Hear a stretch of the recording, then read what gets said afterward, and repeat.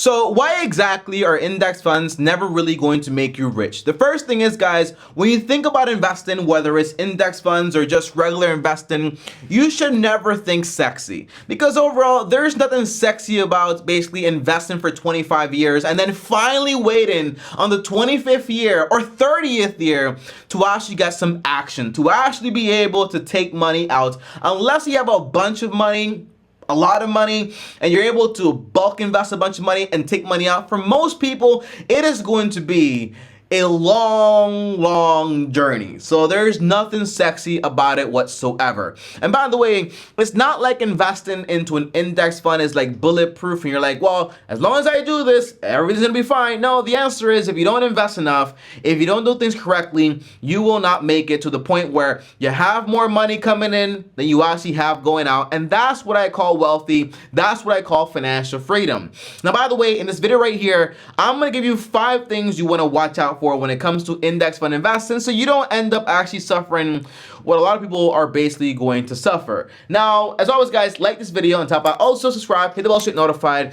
And the very first thing is, guys, number one is not all index fund investing is the same. Although index fund is passive and the overall idea is you're not trying to beat the market, you're trying to track part of the market. Well, there are several different index funds that track several different parts of the market. So if you pick the wrong part, that is a massive deal potential breaker for you to actually get to your goal. For example, if you pick the tech stock index funds, or for example, the small cap, the mid cap, the international, the emerging markets, the S&P 500, or just like there are a lot of options out there, okay? But the overall thing is, if you invest into an index fund that is made up majority of like a big industry, for example, like let's say like you want to do like an index fund investment where you're doing, for example, like a lot of tech stocks, but then tech stocks kind of like go down in value when you want to retire, the answer is that could put you in trouble. So if you ask me, Tommy, which exactly index fund are you invested in and why? The answer is I put all my money, literally all my eggs are just in this one basket, and that is the S&P 500, because I understand the US is the largest economy. If we fail, everyone fails, and it's that simple. And I believe that America is going to be better 20 years from now than it is today. For me, this works best. But I used to have an index fund portfolio that had, for example, small cap, the S&P 500, emerging stocks, international, and all these other factors, even real estate. But the idea was I wanted to not worry about fluctuation, but in the end, this is a long-term game, so I really don't even care about fluctuation, because overall, I care more about what's gonna get me the biggest bang for my buck long-term, and that is just the S&P 500 for me personally. But the best strategy is the one that keeps you in the game the longest. Number 2, index fund investing is not like, okay, I'm gonna say this honestly, index fund investing is not a short-term thing. It's a very long-term game. Even if you have a lot of money, for example, and you put in like $1 million in there, you can't just take out 12% a year. Because, for example, that's what it usually makes if you're investing, for example, just into the S&P 500. But overall, you do that and you catch a bad market downturn and you take that much money out, it's going to affect you. So overall, when you think index fund investing, think long-term. Never think, well, I'm going to put in this much money and not invest anymore. The answer is you want to sustain this investment thing forever. That's the idea. So when I think about investing, I think about how much money can I invest forever. And once I have the money I actually want in there, the actual dollar amount, I'm going to keep investing more money to increase my margin of safety. More on that later. But the idea is, it's not a I invest today and I stop. No, it's a I invest today and I keep investing forever. Now, number 3, the returns are not really that attractive, but they are attractive for the work you're actually doing, which is basically nil. Nobody's doing any work here at all. Not even the advisors are doing any work. And that's why we don't actually get charged a bunch of money in fees. So overall, this right here is super important, because you have to be realistic here. Whenever you're investing into an index fund, you might be looking to receive like 8 to 12% dependent on what you're investing into, and also dependent on the historical data. But the historical data doesn't tell you anything about the future. Okay, that's the crazy thing about it. It's like looking into a rear view mirror, but you don't know what's going to happen in the future. All right, it's kind of complicated. But the overall idea is this: whenever I think about how much money is me investing into the S&P 500 actually going to make me, I see that over the past 70 years, it's made around 11.80% 4%. Plus I'm reinvesting my dividends and so on. And I'm also, you know, like I'm doing all these little things here and there to basically make more money. So overall, I say like, okay, so I can make probably like 12% on this stuff. But even once you have that dollar figure, I highly recommend, if you're going to be saying, Tommy, you know, my goal is to have $1 million in my index fund portfolio, and I'm basically doing like a 12% return, and I'm estimating based on that, I highly recommend just cut those returns by like 30% or like 25% or like 40% potentially, and go based on that. So instead of doing like, for example, like 12%, do 8%.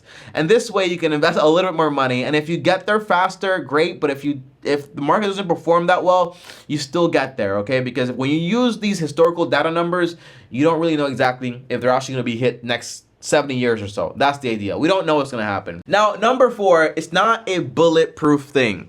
I really do believe, for example, well, I used to believe, right, that the idea was, you know, I'm just gonna put all my money into an index fund, and I did the math. I was gonna have around like $11 million by the time I started like 50 something years old. And I was like, this sounds great, you know, but overall, putting all your eggs just into that one basket, for me, it's not really no longer like that viable in a sense. Now, as far as investing, that one ETF or that one index fund, just the S&P 500, is more than enough for me. But as far as just having all of my money and everything I want to make just rely on that, the answer is probably not the best idea. So one thing I do believe in is basically diversification into other assets, for example, like into real estate or a business or into something that produces money also, but not just putting all that money into that one basket. Because overall, the crazy thing about markets is that I can have in there $1 million today. And let's say like the market crashes tomorrow, I'm about to retire, and it's down 30% or 40%. That can happen, okay? Now the deal and the game with investing is you lose if you take the money out. So I can't just panic and sell, I gotta wait. And then I might have to keep working for longer. So the idea is you might not just wanna put all your eggs in just like the stock market bubble, you also might wanna put your money into like real estate for cash flow, maybe like a business here and there. The idea is diversify your eggs, okay? That's the idea, or your money. Yeah, the eggs, same thing, okay? Now, number 2, guys, is within this whole thing of index fund, okay? Number 2 is removing friction is still super important. So what I mean is index fund investing is not enough in the sense that if you still have, by the way, friction, by friction I mean, for example, if you still have a bunch of debt, a bunch of demands on your cash flow, for example, like your mortgage and so on, it can be very hard. The idea is index fund is passive. It does fluctuate a lot in a sense, like if a market drop does happen, you will feel it. But the idea is if you do remove friction, your risk basically goes down a lot. Meaning, for example, if you have no debt, that's great because you don't have anybody basically claiming a part of your income. Number 2, if you have, for example, a fully funded emergency account, you know if the market crashes by whatever percentage, you have like 3 to 6 months to figure it out. Number 3, if you have a paid off home, then your expenses are a lot lower, basically meaning you need a lot less money in the index fund portfolio, and you're actually able to make more money and have more money in there. Now, this is also a big part of it, which is 3 here. You always need a margin of safety with whatever you're investing. And what I mean is, for example, if you know, for example, you want to have $1 million invested, make it, for example, maybe like 1.2 million or 1.4 million. Like this way, if you have a big market drop, you're still dropping to what your real numbers basically are. But if you try to have like this, okay, so I just want to have, let's follow, for example, the 4% rule, which basically means I'm going to take 4% of my portfolio, so that way it can keep growing and I don't actually run out of money for at least like 33 years.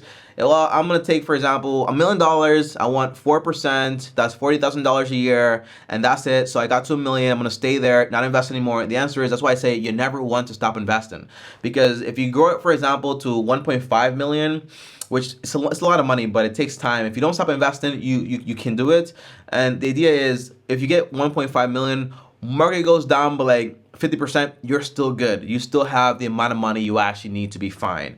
But if you're just reliant on an exact dollar number, I don't recommend that at all, okay? You can't trust markets for like exact dollar amounts. It's not a good idea. Always have margin of safety in the amount of money you want to have in the accounts, like overall, and also the expected return. So if you're saying 12%, I want to get $1 million, I need to invest X. No, measure it at 9% or 8%. That way, if you have higher returns, great, good surprise. If you have lower returns, you still hit it, and that is actually great.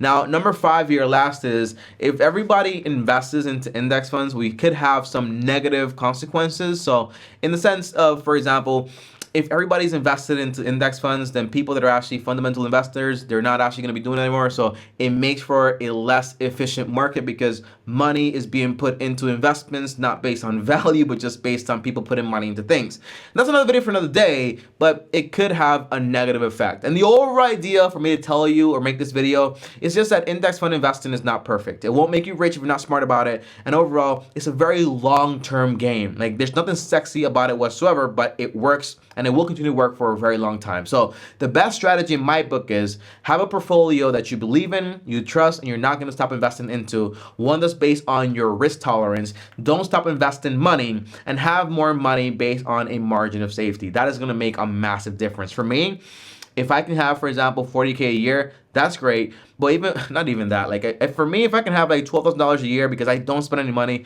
like that's more than enough. But having like $40,000 is like, whoa, that's a big buffer. I don't have to worry whatsoever, and that's why I have this big lofty figure there. Okay, now simple math, if you made it all the way to the end of the video, is whatever the amount of money you actually want to make in passive income, here's a fast formula to basically figure out exactly how much money you need to have invested. So if you're saying, I want to make $4,000 a month in passive income, that's a lot of money, $40,000, crazy money. $4,000, right? And you multiply it by 12, that's going to give you the annual, which is $48,000. And if you multiply this number right here by 20, or 25, is it 25? No, just, okay, what is it? Is it 25? Yeah, it's 25, right? Yeah, 25, okay. So you multiply this number by 25, it gives you the amount of money you need to have in your investment account, and that is 1.2 million. Now, what I would recommend is, if this is a number you actually want, multiply by an extra 20%, which is multiply by 1.2%, and that way you can have a lot more money in there. So the market drops, let's say for example, hey, the market just dropped by like 20%. Guess what? You still have more than enough in there than you actually need, so that way you can still take out more than you actually need, okay, overall. So margin of safety, very important. Investments you have, very important. And remember, when you're thinking about investing into index funds and you're doing it the right way, which is basically for the long term, remember that this happening with your investments doesn't matter. It just matters like what it's going to do over long term. So that's why I no longer have like a crazy diversified amount of investments in there. Like, I'm not investing into small cap, international, and real estate and emerging markets and all this other stuff. So market goes down over here, I'm still good over here. I don't care about that, okay? I just care about the overall market long term. And once you understand that, you can kind of set me to focus on this. But then next year, I'm going to be diversifying a little bit more into real estate. That way I can have some cash flow that's not dependable on the market. And that's also very important when it comes to financial freedom. Don't put all the eggs in one basket. As always, guys, thanks for watching. Comment down below index, so I know you made it all the way to the end of the video. Up here is another video. Over here is my face. Click subscribe. And as always, long-term team officially out. By the way, sorry for using examples so many times. Sometimes I get a little too excited. All right, peace.